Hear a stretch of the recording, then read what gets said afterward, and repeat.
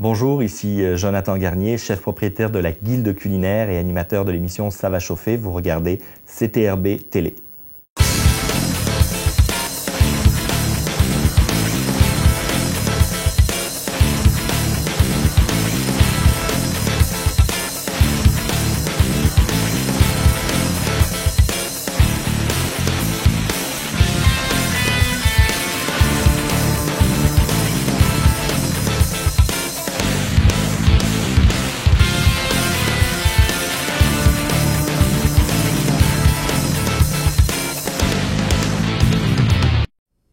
Chers téléspectateurs, bonjour et bienvenue dans nos nouveaux studios ici à CTRB TV, votre canal 9. En cette semaine d'ouverture de nouvelles programmations, j'ai le plaisir d'avoir avec moi ce matin notre députée du comté de Berthier-Masquinongé, Mme Ruth Brousseau. Comment ça va, Madame? Oui, ça va bien, merci. Comment ça va? D'abord, c'est un plaisir de vous accueillir chez nous à Berthier merci dans pour nos nous avoir studios. aujourd'hui. Oui. C'est le fun. Les gens de Berthier vont vous connaître aussi. Et puis, je pense qu'avec les petites questions qu'on va poser tantôt, les gens vont en savoir plus sur vous, plus sur le parti, et vont vous connaître aussi mieux. C'est parfait. Alors, si vous voulez, on va commencer immédiatement l'entrevue. D'abord, je sais que cet été, vous avez été très active. On vous a vu un petit peu partout dans le comté. Je veux savoir d'abord vos premières impressions sur ce qui s'est fait cet été et comment, pour vous, c'était important de le faire. OK, mais on avait la grande ouverture le 22 juillet. C'était une journée incroyable. Il y avait beaucoup de personnes, je veux dire une centaine. On avait des produits locaux. C'était vraiment important d'acheter des produits locaux. On est un endroit vraiment rural. On a des belles fermes et j'adore le fromage. Et non, c'est passé vraiment bien. Pendant l'été, je reste dans le comté. J'ai un appartement qui est pas loin du bureau. C'est vraiment facile parce que la vie maintenant est vraiment, c'est fou, c'est bien occupé. Donc, on fait tout ce qu'on peut pendant l'été. On raconte des gens, des mères. J'ai reçu beaucoup d'invitations pour des fêtes à famille. Donc, ça va bien.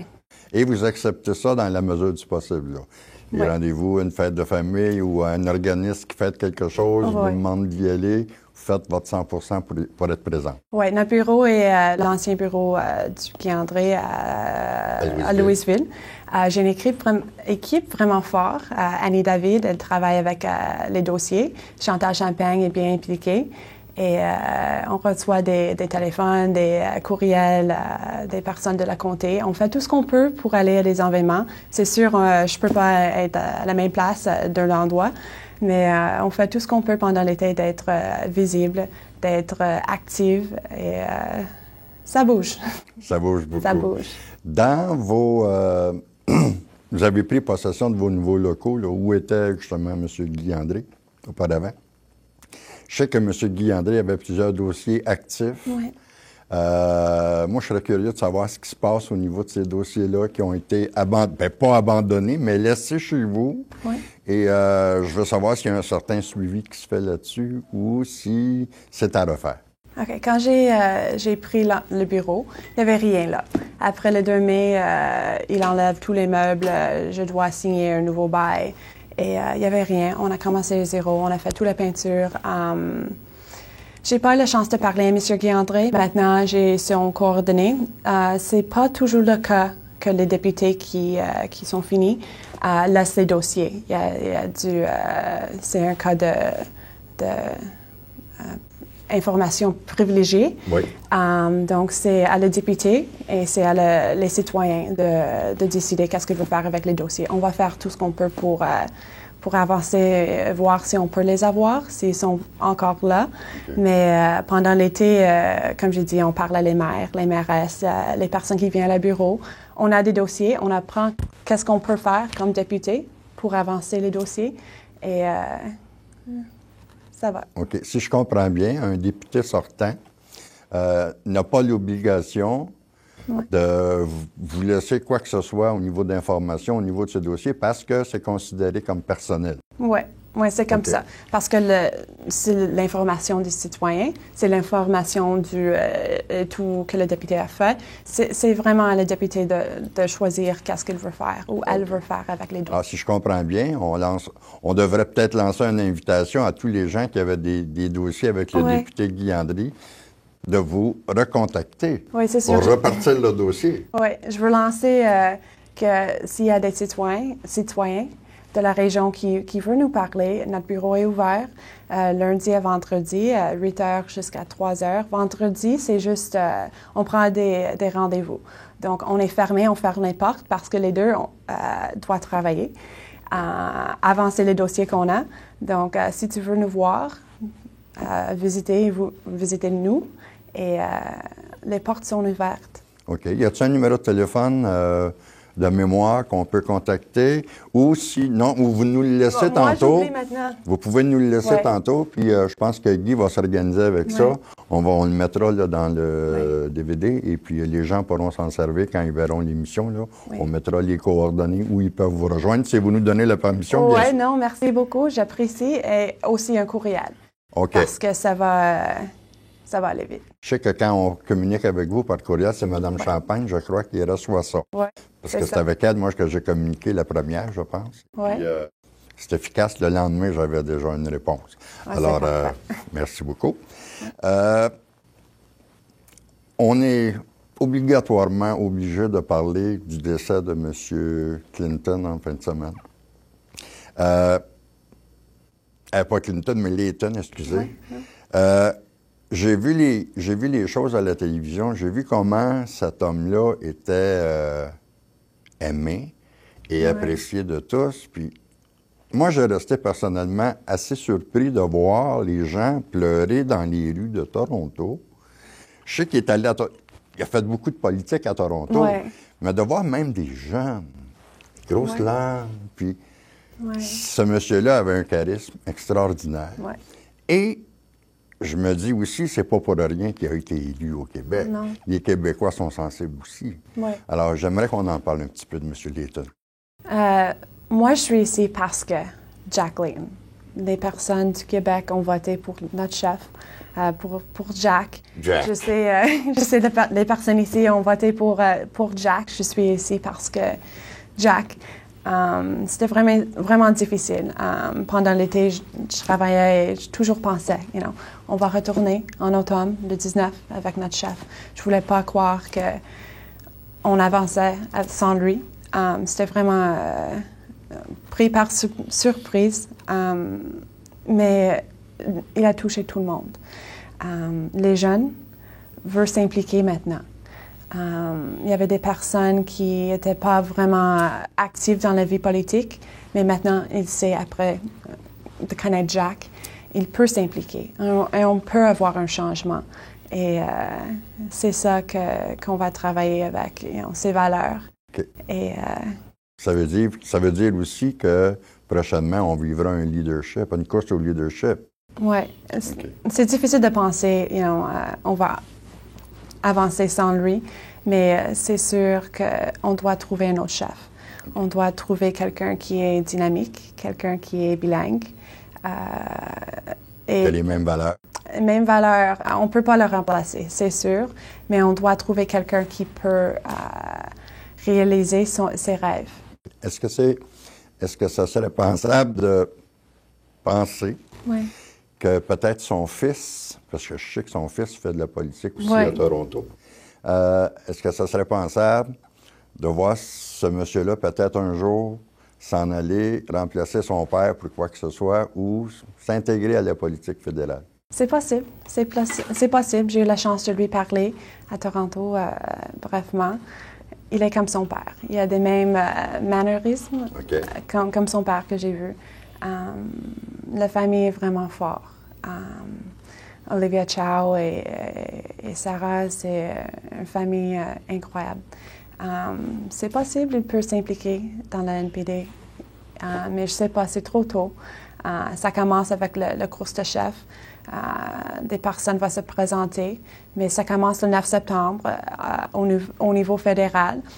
Il y aura un vote pour décider des règles, puis après ça, ça commence. La course à la chefferie va commencer après le 9 septembre. On commence avec les règles, puis ça déroule.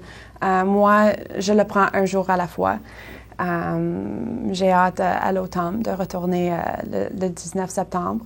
La semaine avant, je suis à Québec avec mon caucus, puis on commence à parler qu'est-ce qu'on va faire à l'automne et la prochaine année. Et ça va. Ça va aller. OK. Dans les futurs projets pour toi, il s'en vient quoi avec le comté de Berthier? Oui, pendant l'été, bien occupée, j'apprends tous les jours. J'ai parlé avec des gens, j'ai quelques dossiers. J'apprends qu'est-ce que je peux faire avec les dossiers, quelles sont les marches que je peux faire dans le côté et qu'est-ce que je peux rapporter, vraiment faire à Ottawa. Il y a quelques dossiers et une équipe vraiment solide. On va trouver des solutions. Je ne suis pas inquiet, je te regarde, là, puis je ne suis pas inquiet que les solutions vont venir. Guy, si tu veux, on va aller prendre une petite pause, chers téléspectateurs, et on vous revient dans quelques instants.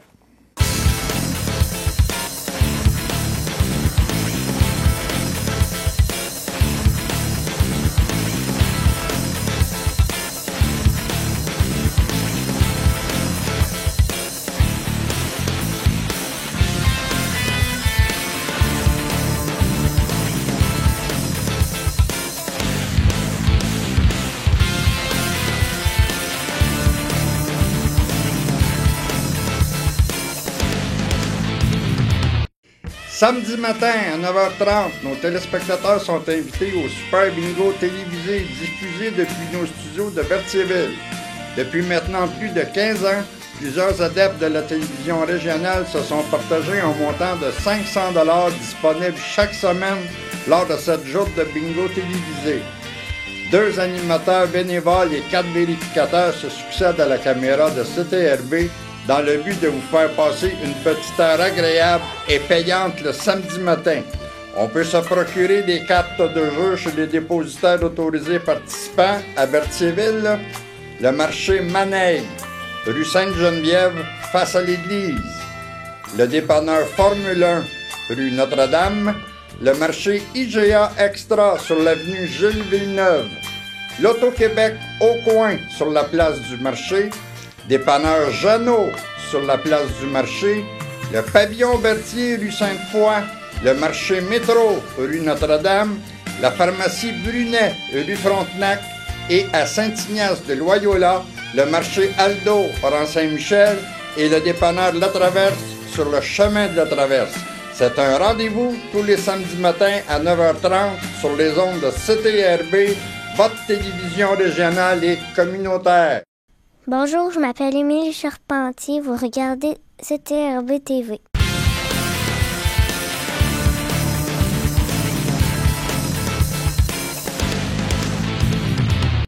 Alors, chers téléspectateurs, on est de retour dans nos studios avec mon invité de ce matin, la députée du comté de Berthier-Masquinongé, Ruth-Hélène Brosseau.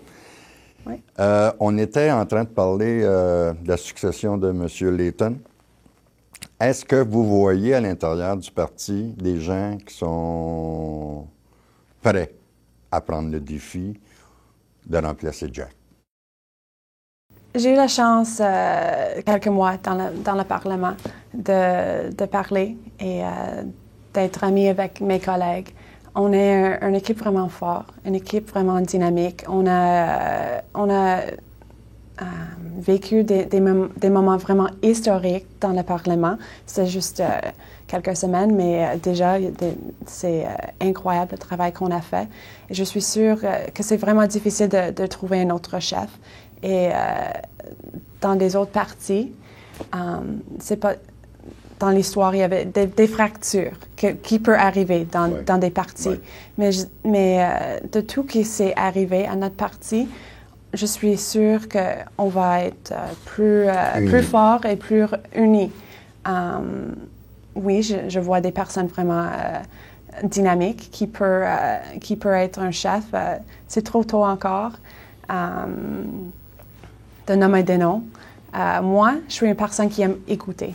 Et c'est ce que je vais faire dans les prochains mois. Écouter et penser. Et, après, choisir quelqu'un. OK. Moi, je sais aussi que, en tout cas, personnellement, Oui. il y a des gens qui ont quand même une expérience là, assez grande au niveau du parti. Moi non plus, je ne veux pas nommer personne. Sauf que ces gens-là, j'imagine qu'il va y avoir une course à la chefferie. Oui. D'après moi, il va y avoir plusieurs personnes qui vont vouloir le poste. Oui.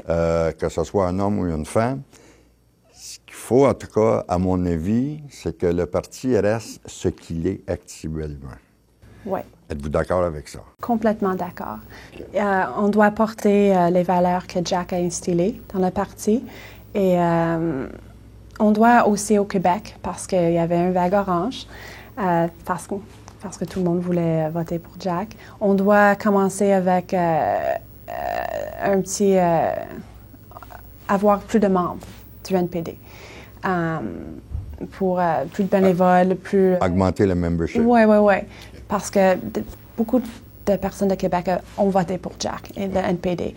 Mais dans les prochains mois, si les personnes veulent voter ou s'impliquer de plus dans le parti, il doit être comme un membre. OK. Donc, j'imagine que ce sera le dynamisme de tout l'ensemble des gens du MPD qui va faire en sorte que ce mouvement-là reste le même parce que le monde voulait Jack. C'était Jack, mais après Jack, il y a d'autres choses aussi. Oui. Et c'est ça, il ne faut pas que le parti s'effrite là.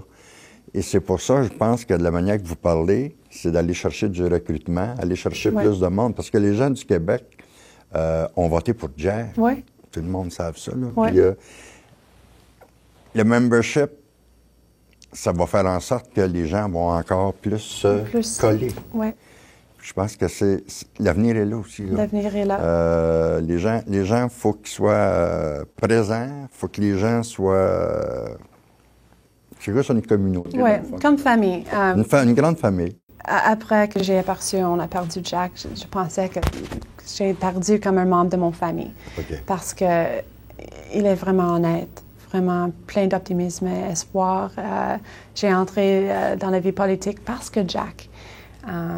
Tout le monde a voté pour Jack. C'est pas M. Lane, c'est Jack. Ouais. Tu parles comme tu le connais. Parce que tout le monde, comme tu le vois sur la télé et comme il est en personne, c'est lui. Il vivait la politique, les politiques 24 heures sur 24. Tous les jours, c'est ça. Il a travaillé. Oui. Il a travaillé trop fort. Et maintenant, c'est à nous, membres du caucus et les personnes qui ont voté pour le NPD, de vraiment faire les démarches et on va le faire. Je sais qu'au niveau de son épouse aussi fait de la politique. Oui.